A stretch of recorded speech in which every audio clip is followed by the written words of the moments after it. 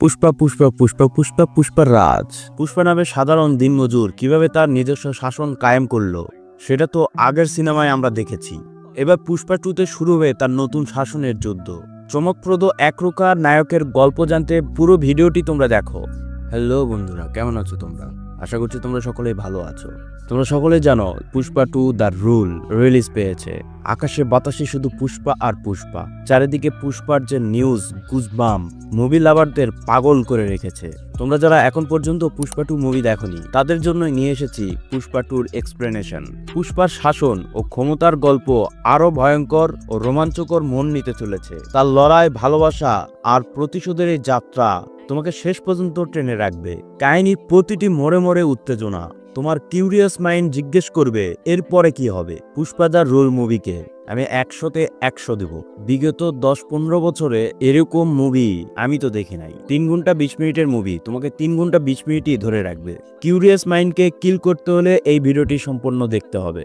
তোমরা যারা পুষ্পা মুভিটি এখন পর্যন্ত দেখোনি, পুষ্পা 2 সম্পূর্ণ ভালোভাবে উপভোগ করতে চাইলে ডিসক্রিপশনে লিংক দেওয়া আছে, যে দেখতে পারো।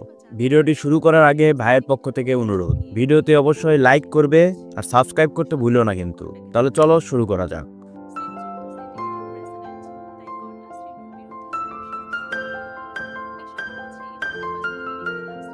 মুভি শুরুতে জাপানের একটি পোর্ট দেখানো হয় যেখানে লাল চন্দনের স্মাগলিং হয়। একটি কন্টেনার হঠাৎ পড়ে যায়, সেখান থেকে বেরিয়ে আসে লাল চন্দন, সাথে একজন ব্যক্তিকেও দেখা যায়। স্মাগলাররা চলে আসে এবং সেই ব্যক্তিকে জীবিত পেয়ে পায়ে দড়ি লাগিয়ে উল্টা করে টাঙ্গিয়ে দেয়। পরে দেখা যায় সে আর কেউ নয়, আমাদের আজকের মুভির হিরো পুষ্পা।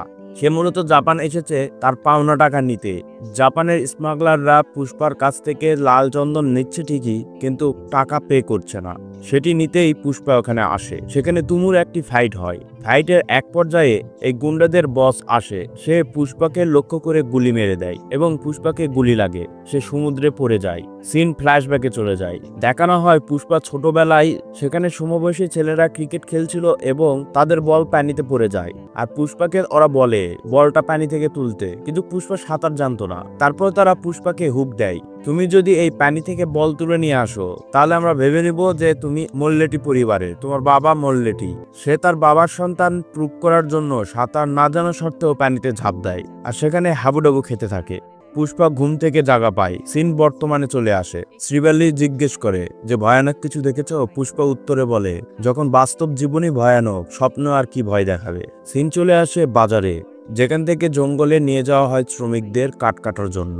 সেখানে একজন এক শ্রমিককে বলছে, তার নাম সিনু, যে কাল তোর বিয়ে, তুই তারপরে এখানে এসেছিস। সে উত্তরে বলে যে আমার বিয়ে হয়েছে, কি হয়েছে, আমার জন্য পুষ্পা ভাউ আগে। পুষ্পা ভাই যে দায়িত্ব দিয়েছে সেটা আগে করতে হবে, এরপর বিয়ে। আর তখনই সেখানে দেখানো হয় ছদ্মবেশে বাবর সিং শেখাওয়াত সেখানে আছে। সেও শ্রমিক সেজে শ্রমিকদের সাথে লাল চন্দন কাটার জন্য জঙ্গলের উদ্দেশ্যে রওনা হয়। আর সেখানেই শ্রমিকরা বাবর সিং শেখাওয়াত সম্পর্কে বলে, ওই টাকলা এসপি পুষ্পা ভাউ ন্যাংটা করে ছেড়ে দিয়েছে, সে হয়তো লজ্জায় এলাকা ছেড়ে দিয়েছে। মানে বাবর সিং শেখাওয়াতের সামনেই তার নামে উল্টোপাল্টা বলতে থাকে আর কি। শেখাও তো তাদের সাথে তাল মিলিয়ে থাকে। পরবর্তীতে কাঠ কাটা শেষে যখন মজুরি নিবে তখন সে তার আসল রূপে চলে আসে এবং চারিদিক থেকে সকলকে ঘিরে ধরে। শ্রমিকরা পালানোর চেষ্টা করলেও তারা ব্যর্থ হয়, কারণ চারিদিকেই পুলিশ ছিল। বাবর সিং শেখাওয়াত সকলকে ধরে নিয়ে যায়। সিন চলে আসে বিয়ে মণ্ডপে। ওই যে বললাম সিনুর বিয়ে। সিনুর শ্বশুর এখন তার মেয়েকে বলছে যে তোমার হবু জামাইকে পুলিশ ধরে নিয়ে গেছে, সে আর আসতে পারবে না, তুমি এখন অন্য ছেলেকে বিয়ে করো। ওই মেয়ে বলে ওঠে যে এখনো আমার বিয়ের লগ্ন আছে, মানে এখনো সময় আছে, এর মধ্যে সে চলে আসবে দেখো। তখন তার শ্বশুর বলে ওঠে যে ওকে ছাড়ানোর জন্য কি পুষ্পা নিজেই যাবে নাকি, পুষ্পার এত সময় আছে। আর এদিকে দেখানো হয় পুষ্পা পুলিশ স্টেশনে চলে গেছে সেই সিনুকে ছাড়ানোর জন্য, কিন্তু পুলিশেরা সিনুকে ছাড়তে চায় না। বিভিন্ন রুলস রেগুলেশন দেখানোর চেষ্টা করে পুষ্পাকে। পুষ্পা তখন পুলিশ কর্মকর্তাদের বলার চেষ্টা করে যে তোমার বাড়িতে টিভি আছে, বড় টিভি, তোমার বেতন 10,000, তুমি বড় টিভি কিভাবে করলে, সেটা কোন রুলসের মধ্যে ছিল। তোমার ছেলের বিয়ে ধুমধাম করে দিয়েছো, যৌতুক দিয়েছো 10 লাখ, সেটা কিভাবে দিয়েছো, ওটা কোন রুলসের মধ্যে পড়ে। মানে তাদেরকে বোঝানোর চেষ্টা করে আর কি। পুষ্পার টাকা নিয়ে তারা সবকিছু করছে। এর মধ্যে পুষ্পা বলে, সিনু নামের কেউ আছে কি, একজনকে বদলে ওই সিনুকে সে বের করে নিবে। এক পর্যায়ে সে সিনুকে বের করে নেয়, কিন্তু দেখে বাবর সিং শেখাওয়াত তাদেরকে ধরার পরে তাদেরকে মারধর করেছে। পুষ্পার সেটি গায়ে লেগে যায়। সে সেলের মধ্যে ঢুকে দেখে সবাইকেই মেরেছে, একজনের হাতে গুলিও করে দিয়েছে। তখন পুষ্পা বলে যে আমি শুধু সিনুকে নিতে এসেছিলাম, এখন আমি সবাইকে নিয়ে যাব। পুলিশ রাজি না হওয়াতে পুষ্পা জোর করার চেষ্টা করে। তখন পুলিশ এসে বলে যে ভাউ, আপনি যদি এদেরকে সবাইকে নিয়ে যান তাহলে আমাদের চাকরি চলে যাবে। পুষ্পা তখন তার রাজত্ব দেখিয়ে দেয়। সে সকল পুলিশকে কিনে নেয়, মানে কিনে নেওয়ার স্টাইলও অন্যরকম। ধরো তোমার চাকরি আছে 10 বছর, 10 বছরের বেতন, এই 10 বছরে তুমি কিরকম ঘুষ নিতে, সেই পরিমাণে ঘুষ, এবং বাকি জীবন কাটাবে কিভাবে সেই পরিমাণে টাকা। মানে একজনের বেতন যদি হয় 10,000, সে পাচ্ছে 10 লাখ, তাহলে কেন সে বিক্রি হবে না? এইভাবে সে পুরো থানাকেই কিনে নেয়, তার লোকজনকে নিয়ে চলে যায়। এরপরে বাবর সিং শেখাওয়াত থানাতে আসে, এসে দেখে যে তার থানাতে কোনো পুলিশ কর্মকর্তাই নেই। সে অবাক হয়ে যায়, কেন নেই, কোথায় গেল সবাই? পরে জানতে পারে পুষ্পা এইভাবে সবাইকে কিনে নিয়েছে। পুষ্পা সিনুকে নিয়ে তার বিয়েতে যায় এবং সিনুর বিয়ে খুব ধুমধামভাবে কমপ্লিট করে। সিন চলে আসে পুষ্পার বাড়িতে। পুষ্পা সিএম এর সাথে দেখা করতে যাবে। তখন শ্রীবাল্লি পুষ্পার কাছে বলে, সিএম এর সাথে একটা ছবি উঠায়ো, আমি আমার বাড়িতে দেওয়ালে বড় করে ছবিটি টাঙ্গিয়ে রাখবো। সেখানে শ্রীবাল্লি আর পুষ্পার খুনটুসি দেখানো হয়। পুষ্পা উস্কো খুস্কো কিছু করার জন্য শ্রীবাল্লির ফিলিংস জেগে ওঠে। শ্রীবাল্লি তখন টেনে পুষ্পাকে বেডরুমে নিয়ে যায়। যদিও সিএম এর সাথে দেখা করার লেট হয়ে যাচ্ছিল, তারপরও পুষ্পা তার বউকে প্রায়োরিটি দেয়। এখানে বোঝানো হয় যে পুষ্পা তার বউকে সবার উপরে মনে করে, সবার উপরে দাম দেয়। পুষ্পা সিএম এর সাথে দেখা করতে আসে, সাথে এমএলএও ছিল। এমএলএর কথা অবশ্য আপনাদের মনে আছে, যার সাপোর্টে এই পুরো সিন্ডিকেট চলে।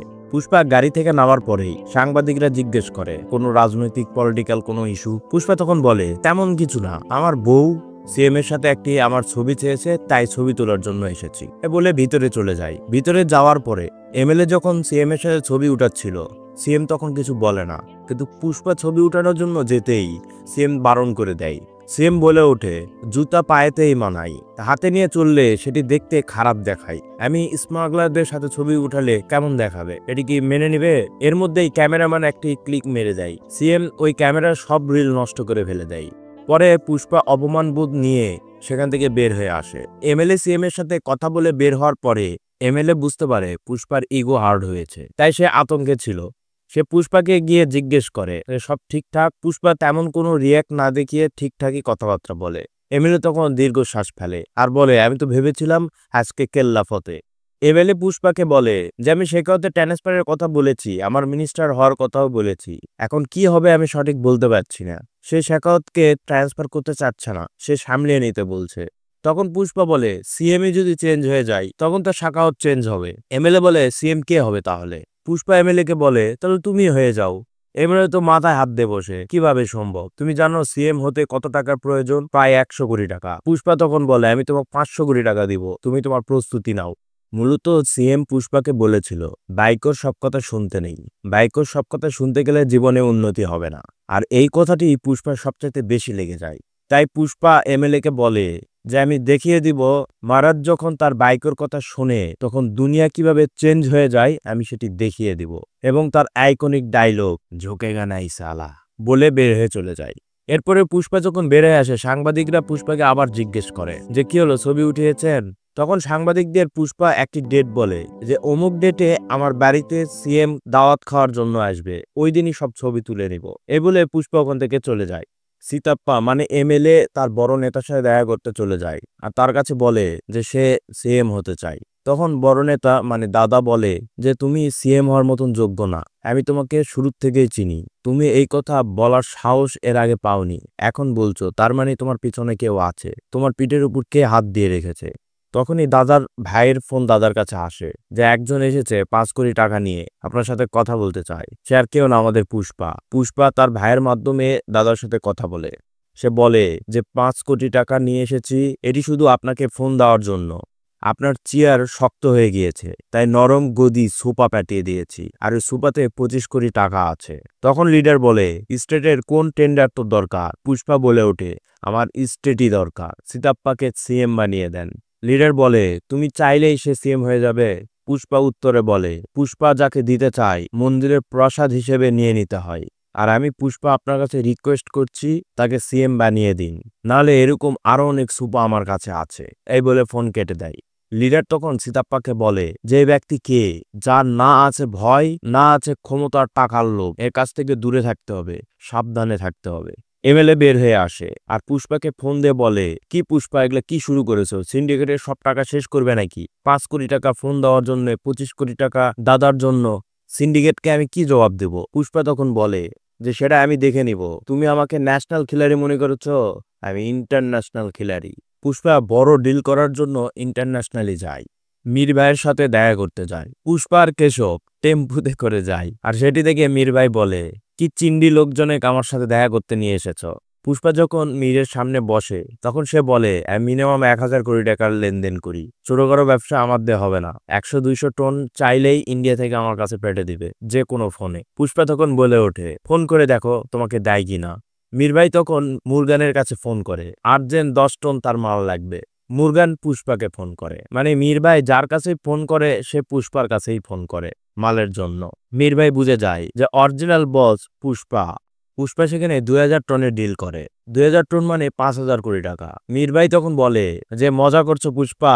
পুষ্পা উত্তরে বলে, পুষ্পা ব্যবসা নিয়ে মজা করে না, পুষ্পার সাথে ব্যবসা বাড়া মজা হ্যায়। পুষ্পা এও বলে 2000 টন 5,000 কোটি টাকা না, 4,900 কোটি টাকা। মীর ভাই তখন বলে 100 কোটি টাকা কম বলছো পুষ্পা।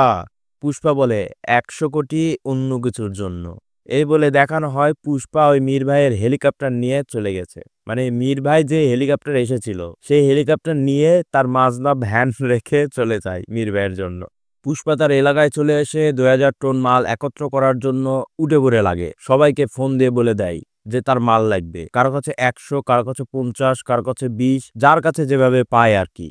এই জন্য তার বাসায় একটি মিটিং রাখে। আর তখন শ্রীবাল্লি একটি তরকারি নিয়ে এসে বলে, দেখো তো লবণ ঠিক আছে কিনা, মানে তরকারি চাখার জন্য বলে আর পুষ্পার কাছে। পুষ্পা তখন তরকারি চেখে বলে যে লবণ বেশি হয়েছে। কেশব এসে তখন বলে যে শ্রীবাল্লি ভাবি খেপে গেছে, সব তরকারি ফেলে দিচ্ছে। সিন্ডিকেটের অন্য লোকজনরা বলে যে পুষ্পা যত বড়ই পুষ্পা হোক, কিন্তু বইয়ের কাছে সোজা। পুষ্পা তখন তার বইয়ের কাছে চলে যায়। শ্রীবাল্লি পুষ্পার কাছে রাগ দেখায়। এর মাঝে তার পায়ে আঘাত পায়। আর পুষ্পা তখন হলুদ লাগিয়ে দিয়ে শ্রীবাল্লিকে বলে, সবার আগে তুমি আমার কাছে।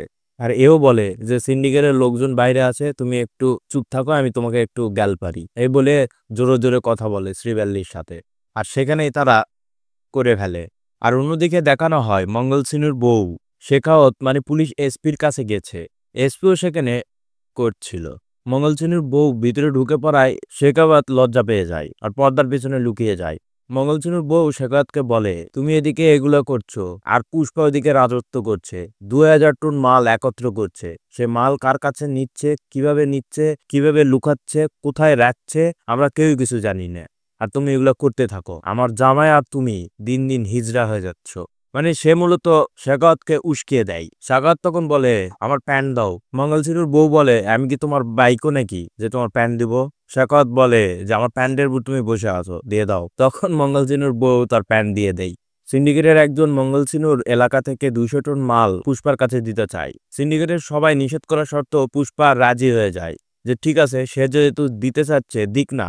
সবাই মানা করছিল যে মাঙ্গালচিনু ওখানে থাকাকালীন 200 টন মাল সে ওখান থেকে দিতে পারবে না। সে মাল ঠিকই অ্যারেঞ্জ করে ফেলেছিল, কিন্তু শেখাওয়াত যে তাকে আটকিয়ে দেয়, তার মাল ধরে ফেলে, তার মালে আগুন ধরিয়ে দেয় এবং সিন্ডিকেটের সেই মেম্বারকে ব্রিজের নিচে ফেলে দেয়, মেরে ফেলে। শেখাওয়াত বুঝাতে চেয়েছিল যে আমি এখনো আছি, আমি থাকতে সিন্ডিকেট প্রকাশ্যে সবকিছু করতে পারবে না। পুষ্পার আমার কাছে নত হতেই হবে। এমএলএ যখন সিন্ডিকেট মেম্বারের সৎকারে যায় তখন সিন্ডিকেটের সব লোকজন শেখাওয়াত আর পুষ্পার সমঝোতা করতে বলে, নাহলে সিন্ডিকেটের দায়িত্ব মঙ্গল সিনুর উপর দিয়ে দিতে বলে। এমএলএ কিছু না বলে সেখান থেকে চলে যায়। পরে শেখাওয়াতের সাথে দেখা করতে যায়। এমএলএ কে বোঝানোর চেষ্টা করে, 10 কোটি টাকার অফার করে। শেখাওয়াত তখন বলে, আপনার কেউ কাপড় চোপড় খুলে নিয়েছে? রাস্তাঘাটে কি আপনি কাপড় ছাড়া হেঁটে বেরিয়েছেন?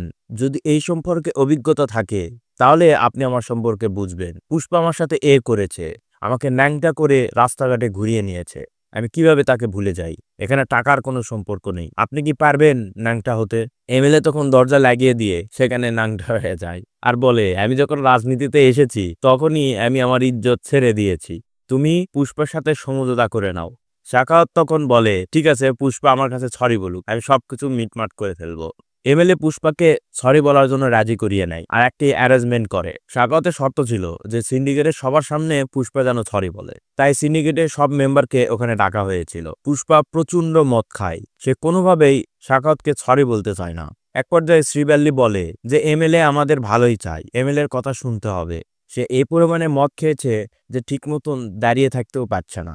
সবশেষে পুষ্পা অনুষ্ঠানে গিয়ে অনেক তাল বানার পরে পুষ্পা সরি বলে, আর সাখাওয়াত সেটি রেকর্ড করে নেয় আর বারবার বাজাতে থাকে। পুষ্পার এতে ইগো হার্ট হয়, সে ওখান থেকে বেরিয়ে হয়ে আসে গাড়ি নিয়ে। এরপর পুষ্পা কেশবকে জিজ্ঞেস করে যে তুই আমার সাথে প্রথমে কেন এসেছিলি আমার অ্যাটিটিউড দেখে? আজকে আমি সরি বলেছি, তাহলে তো আমি নত স্বীকার করলাম। তোরও কি মনে হয়েছিল আমি সরি বলবো? মাঙ্গাল সিনু তো মনে করেনি যে আমি সরি বলবো, তাহলে তোর থেকে তো মাঙ্গাল সিনু তো ভালো, ও আমাকে ভালো চিনে। পুষ্পার তখন মাথা বিগড়ে যায়। শ্রীবাল্লি আর কেশবকে গাড়ি থেকে নামিয়ে দেয় আর গাড়ি নিয়ে সেই অনুষ্ঠানে আবার চলে যায়। অনুষ্ঠানে গিয়েই শেখাওয়াত যে গাড়িতে চলে যাবে, গাড়িতে উঠেছে, সেই গাড়িতে মেরে দেয় আর গাড়ি সুইমিং পুলে পড়ে যায় আর পুষ্পা সেখানে পেশাব করে দেয়। শাখাওয়াত বলতে থাকে যে আমি হঠাৎ করে গাড়ি থেকে পানিতে কিভাবে চলে গেলাম, আর শাখাওয়াতকে ওই সুইমিং পুল থেকেই পানি নিয়ে আবার তার গায়ে দিয়ে ধোয়ার জন্য দিচ্ছিল। তখন শাখাওয়াত বলে, আরে এই পুলের পানি তো আবার দিচ্ছিস, ভালো পানি নিয়ে আয়। মানে পুষ্পা সেখানে আবারও তার ইজ্জত হানি করে। সবার সামনে তো সরি বলে দিয়েছে, কিন্তু সবার সামনে আবার শাখাওয়াতের উপর মুতেও দিয়েছে। পুষ্পা তার নিজের রূপে ফিরে এসেছে। সেখানে পুষ্পা আর শাখাওয়াতের মধ্যে একটি দ্বন্দ্ব হয়ে যায়। শাখাওয়াত বলে সবকিছুতে সে পুষ্পাকে বাধা দিবে, পুষ্পা কিছুই করতে পারবে না। পুষ্পা তখন আরো চ্যালেঞ্জ দিয়ে দেয়, ডেট বলে দেয় যে সকালে 4:30টার সময় আমি আমার মাল নিয়ে যাব, জঙ্গল থেকে বের করে নিয়ে যাব, তুমি পারলে আটকে দেখাও। আমার চালানের একটা মাল যদি তুমি আটকাতে পারো, আমি সারা জীবন শ্রমিক হিসেবে থেকে যাব। চ্যালেঞ্জ করে পুষ্পা সেখান থেকে চলে যায়। এরপরে শাখাওয়াত চারিদিকে নাকাবন্দি করে দেয় মাল আটকানোর জন্য। সব ব্রিজ কালভার্টে পুলিশ টহল বাড়িয়ে দেয়। একটি ব্রিজে টহলের জন্য শাখাওয়াত যায়, গিয়ে পেপসি খেয়ে পেপসির বোতল নিচে ফেলে দেয়। আর পেপসির বোতল ভাঙ্গার আওয়াজ শুনে সে বলে নদীতে পানি নাই, তার মানে সে তো নদীর পথেও তার মাল নিয়ে যেতে পারে। এই বলে সে নদী পথে লোক সেট করে দেয়, ফোর্স পাঠিয়ে দেয়, এবং সে দেখে পুষ্পা নদী পথেই তার মাল নিয়ে যাচ্ছে। মালের পিছনে ছুটতে থাকে পুলিশ। আর এদিকে পুষ্পা কেশবের সাথে কথা বলে কোনো জায়গায় হাতি ছেড়ে দেয়, কোনো জায়গায় লোকজন দিয়ে ট্রাক দিয়ে পুলিশকে আটকিয়ে দেয়। আর সবশেষে শাখাওয়াত একটি বন্দুক নিয়ে কেশবের গাড়ির সামনে দাঁড়িয়ে যায়। শাখাওয়াত গরুর গাড়ির আওয়াজ পাচ্ছিল, সে সব গরু গাড়িগুলো একত্র করে ট্রাকের পথ রোধ করে এবং ফায়ারিং শুরু করে। কেশব তখন পুষ্পাকে ফোন দেয় আর বলে শাখাওয়াত তাদের উপর ফায়ার করছে। পুষ্পা তখন বলে গাড়ি থুয়ে তোরা ঝাঁপিয়ে পড়, মালের চাইতে তোরাই আমার কাছে আগে। আর কেশবরা তাই করে, ওখানে গাড়ি ফেলে দিয়ে গাড়ি রেখে তারা ঝাঁপ দিয়ে দেয় আর সব ট্রাক সেখানেই উল্টে যায়। শাখাওয়াত মনে করে সব মাল সে ধরে ফেলেছে। মাল নিয়ে সে পরের দিন প্রেস করছে। সেখানে মাঙ্গাল সিনু আসে। মাঙ্গাল সিনু সে মাল দেখে বলে যে এগুলো আসলে লাল চন্দন না, লাল চন্দনের মতনই অন্য একটি কাঠ, যার উপরে লাল কিন্তু ভিতরে সাদা। এদিকে শেখর তো প্রেসে সবকিছু বলে দিয়েছে যে এ যাবৎকালের সবথেকে বেশি লাল চন্দন স্মাগলিং সে আটকিয়ে দিয়েছে, মিডিয়া সেটি প্রচারও করেছে। শেখর বুঝে যায় গত রাতে যে গরুর গাড়িগুলো সে আটকিয়েছিল, সেই গরুর গাড়িগুলাই মূলত লাল চন্দন ছিল। সে লাল চন্দনের কাঠ দিয়ে গরুর গাড়ি বানিয়ে ফেলেছিল। পুষ্পা সেখানে চলে আসে। পুষ্পা আর শেখাওয়াতের ইশারায় ইশারায় কথা হতে থাকে। পুষ্পা বলে যে সে চেন্নাই মাল পৌঁছে দিয়েছে। শেখাওয়াত দিক থেকে বলে যে চেন্নাই গিয়েছে কিন্তু এখনো দেশের বাইরে যায়নি। পুষ্পা তখন ইশারায় বলে যে পুষ্পা ফুল না। শেখাওয়াত ফায়ার করে বলে ফায়ার। পুষ্পা তখন বলে যে ওয়াইল্ড ফায়ার। শেখাওয়াতের অ্যাসিস্ট্যান্ট শেখাওয়াতকে বলে যে এখানে একটি গরুর গাড়ি আছে যেটি লাল চন্দন দিয়ে তৈরি করা। পুষ্পা বলেছিল যে একটি কাঠও যদি ধরতে পারে সে মজুরি করা শুরু করবে সারা জীবনের জন্য, আর সেটি পুষ্পাকে সে বলে। পুষ্পা তখন ওই গরুর গাড়িটি বোম দিয়ে উড়িয়ে দেয় আর সেখান থেকে চলে যায়। পরের দিন পুষ্পা শ্রীবাল্লি এবং পরিবারের সবাইকে নিয়ে মন্দিরে পূজা করতে যায়, আর সেখানে শ্রীবাল্লি মাথা ঘুরে পড়ে যায়। পুষ্পা জানতে পারে শ্রীবাল্লি প্রেগনেন্ট। পুষ্পা তখন কালীর সামনে মেয়েদের সাজ পরে চোখে কাজল টিকা দিয়ে গলায় নিমু লাগিয়ে উতাল পাতাল নাচ শুরু করে কালীমাকে খুশি করার জন্য। অনেক নাচানাচির পরে জ্বলন্ত কয়লার উপর দিয়ে চলার পরে শ্রীবাল্লি যখন তাকে থামায়, শ্রীবাল্লি জিজ্ঞেস করে এসব কেন? পুষ্পা তখন বলে যে এসব করলে নাকি কালিমা মনের আশা পূরণ করে দেয়। আমি চাই না আমার ছেলে সন্তান হোক, আমার মেয়ে সন্তান হোক। ছেলে সন্তান হলে বংশের পরিচয় দরকার, আর সেটি আমার নেই। আমি চাই না এই দুঃখ আমার ছেলের উপরে পড়ুক। আমার মেয়েকে অন্তত আমি ভালোভাবে বিয়ে শাদী তো দিতে পারবো। শ্রীবাল্লি তখন কান্না শুরু করে। এর মধ্যেই দেখানো হয় মোহনের মেয়ে মানে পুষ্পার ভাস্তি, পুষ্পার বড় ভাই মানে পুষ্পার বাবার আগের পক্ষর বড় ছেলে, তার ভাস্তিকে কিছু ছেলে পেলে ইপটিজিং করছে, তার শরীরে হাত দিচ্ছে। পুষ্পা সেখানে গিয়ে তাদেরকে খুব মারধর করে, তাণ্ডব দেখায়। অ্যাকশন সিকোয়েন্স গুলো দেখার মতন। এরপরে মোহন সেখানে চলে আসে আর বলে এগুলা ভান করছে পুষ্পা, সে নাজায়েজ, তার উপকার তাদের দরকার নেই। যদিও আশপাশের লোকজন বলার চেষ্টা করে পুষ্পা না ছিলে তার মেয়ের সাথে খারাপ কিছু হতো। শ্রীবাল্লি তখন ক্ষেপে যায় এবং মোহনকে উল্টাপাল্টা কথাবার্তা বলে। আমার স্বামী পুষ্পারাজ, যেখানে দাঁড়ায় সেখানে ভয়ে মানুষ থরথর করে কাঁপে। তোমার মতন বড় ভাইয়ের পুষ্পার দরকার নেই। তুমি যাকে জিজ্ঞেস করবে বলবে পুষ্পার ম্যানেজার। এই তুই কি? অনেকে বলে পুষ্পার ম্যানেজার, অনেকে বলে পুষ্পার ক্যাশিয়ার। ইভেন মোহনের আত্মীয়কে জিজ্ঞেস করে, এই লোককে বলে পুষ্পার বড় ভাই। এভাবে মোহনকে ছোট দেখিয়ে শ্রীবাল্লি পুষ্পাকে নিয়ে তার পরিবারকে নিয়ে সেখান থেকে চলে আসে। মোহন পরে ওই ছেলেদের গলায় জুতার মালা পরিয়ে দেয় এবং মাথা অর্ধেক ন্যাড়ে করে দেয়। গাদার পিঠে চড়িয়ে সেখান থেকে বের করিয়ে দেয়। মঙ্গলছিনুর বউ এবং এসপি শাকাওয়াত বর্তমান সিএম এর সাথে দেখা করতে যায়, আর তাদের প্ল্যান বলে যে বর্তমান এমএলএ কে আপনার পোস্ট সিএম দেওয়ার জন্য পুষ্পা কলকাঠি নাড়ছে। শাকাওয়াত সিএম এর কাছ থেকে পারমিশন নিয়ে চেন্নাই মাল আটকানোর জন্য অনেক চেষ্টা করে, কিন্তু অনেক চেষ্টার পরও সে মাল আটকাতে পারে না। মাল শ্রীলঙ্কা চলে যায় আর পুষ্পার কাছে সব টাকা চলে আসে। পুষ্পা সব এমএলএ কে এমপি কে কিনে নেয় আর সিতাবাকে সিএম বানিয়ে ফেলে। সিএম যখন পুষ্পার বাড়িতে আসে তখন ওই সাংবাদিক যে পুষ্পাকে জিজ্ঞেস করেছিল যে ছবি উঠিয়েছেন, পুষ্পা বলেছিল অমুক তারিখে সিএম আমার বাড়িতে আসবে, আর সেই তারিখ আজকেই। সে তার বউয়ের কথা মানার জন্য সিএমকেই পরিবর্তন করে ফেলে আর সিএম তার বাড়িতে খেতে এসেছে। খেতে এসে শ্রীবাল্লিকে সিএম ধন্যবাদ দেয় আর সীতাপা বলে যে তোমার জন্য আজকে আমি সীতাপা হতে পেরেছি। তুমি যদি ছবি না চাইতে তাহলে আমার সিএম হওয়া হইতো না। আসো খাওয়ার আগে আগে ছবি তুলি। এই বলে সিএম সবার সাথে ছবি তোলে। শ্রীবাল্লি তখন পুষ্পাকে বলে তোমাকে দেখে এখন আমার ভয় পাচ্ছে। আমি এক ছবির কথা বলেছি, তুমি এত বড় কাজ করে ফেলেছ। পুষ্পা উত্তর দেয় বাইকোরা মাঝে মাঝেই তো কিছু একটা চাই, সেটিও যদি আমরা না দিতে পারি তাহলে কিসের মরদামি। এরপর দেখানো হয় শেখাওয়াত মদ খাচ্ছে সেই মাল নিয়ে। লালচন্দন ভেবে যে মাল ধরেছিল, এখন যেহেতু পাবলিকলি সবাই জানে, উপর মহলেও জানে সে লালচন্দন ধরেছে, কিন্তু যখন দেখতে পারবে এই কাঠগুলো লালচন্দন না, তখন তার চাকরি চলে যাবে। তাই সে এই কাঠগুলো পুড়িয়ে ফেলার প্ল্যান করে আর সেখানেই তার অ্যাসিস্ট্যান্ট পুলিশ চলে আসে। তাকে বলে যে আমি যদি পুড়িয়ে দেই সাই তো আর বলতে পারবে না কোনটা লালচন্দন আর কোনটা অন্য কাঠ। অ্যাসিস্ট্যান্ট বলে যে না, এই বলতেই সে তখন ওখানে আগুন ধরিয়ে দেয় আর তার অ্যাসিস্ট্যান্টকে বলে যে এইভাবে বেঁচে থেকে লাভ কি, চলো আমরা দুইজনেই মারা যাই। কই তার অ্যাসিস্ট্যান্টকে চাপিয়ে ধরে। অ্যাসিস্ট্যান্ট ওখান থেকে দৌড়ে পালিয়ে যায়। পুরো কারখানা আগুন দিয়ে ব্লাস্ট হয়ে যায়। পরের দিন পুষ্পার বড় ভাইয়ের বউ পুষ্পার বাড়িতে আসে, মানে ওই মোহনের বউ। তার ভাস্তিকে কারা যেন কিডন্যাপ করে নিয়ে গেছে, সেজন্য পুষ্পার কাছে হেল্প চাইতে আসে। পুষ্পা তখন তার পুরো দলবাহিনী নিয়ে তার ভাস্তিকে খোঁজার জন্য চলে যায়। টিভি মিডিয়াতে প্রকাশ্যে হুমকি দেয় যে যদি তার ভাস্তিকে 1 ঘন্টার মধ্যে ফেরত না দেওয়া হয় তাহলে পুরো শহর রাপ্তা করে দিবে। পরে নতুন সিএম আর ওই দাদা, মানে যে বড় লিডার যার কাছে এমএলএ গিয়ে সিএম হয়েছে, সে নতুন সিএমকে দিয়ে পুষ্পার কাছে ফোন দেওয়ায় আর বলে সে দাদারই ভাইয়ের ছেলে পুষ্পার ভাস্তিকে কিডন্যাপ করেছে। পুষ্পা যেন এটি কিছু না মনে করে এবং দাদার ভাইয়ের ছেলেকে যেন কিছু না বলে। পুষ্পা তখন ডিরেক্ট বলে যে কিসের দাদা, কিসের তার ভাস্তে, আমার বাড়ির মেয়েকে যে কিডন্যাপ করেছে তার অবশ্যই মৃত্যু হবে বলে ফোন কেটে দেয়। আর এর মধ্যেই সে কিডন্যাপকারী পুষ্পাকে ফোন দেয়। পুষ্পা তার অ্যাড্রেস নিয়ে সেখানে চলে যায়। তারা মূলত পুষ্পার উপর ক্ষোভ ছিল যে পুষ্পা তাদেরকে মেরেছে, অপমান করেছে, তার প্রতিশোধ নেওয়ার জন্যই তার ভাস্তিকে কিডন্যাপ করেছে।